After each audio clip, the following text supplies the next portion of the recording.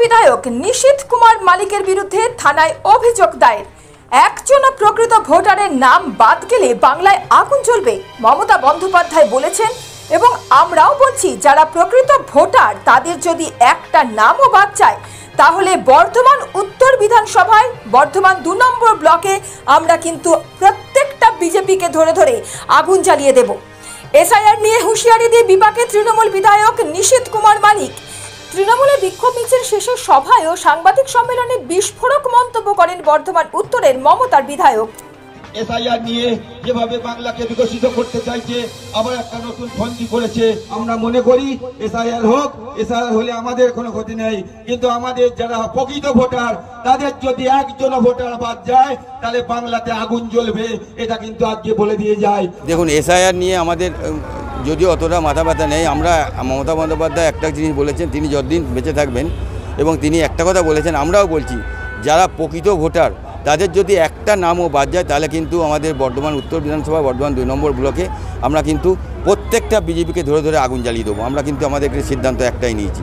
তার বক্তব্যের video clippings দিয়ে থানায় অভিযোগ দায়ের করলো বিজেপি বর্ধমান দুর্গাপুর সাংগঠনিক জেলার সভাপতি অভিজিৎ দা, যেখানে তিনি 7টি পয়েন্ট তুলে ধরেছেন বিধায়কের বক্তব্যের বিরুদ্ধে। তার মধ্যে তিনি লিখেছেন, একজন উচ্চপদস্থ ব্যক্তি দ্বারা সহিংসতার এই প্রকাশ্য ঘোষণা জেলা জুড়ে বিজেপি কর্মী, সমর্থক এবং কর্মকর্তাদের মধ্যে ভয় ও আশঙ্কার সৃষ্টি করেছে।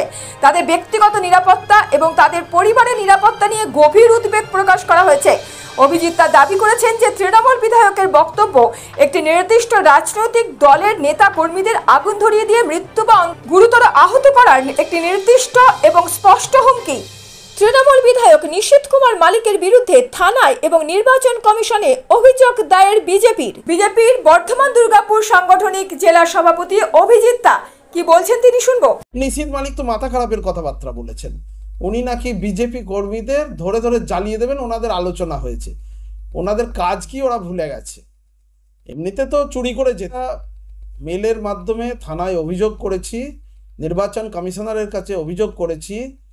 আমরা আশা করি আইনানুগ তাদের ব্যবস্থা নেওয়া হবে। যদি না নেওয়া হয়, আমরা আরো বড় জায়গায় অভিযোগ নিয়ে যাব।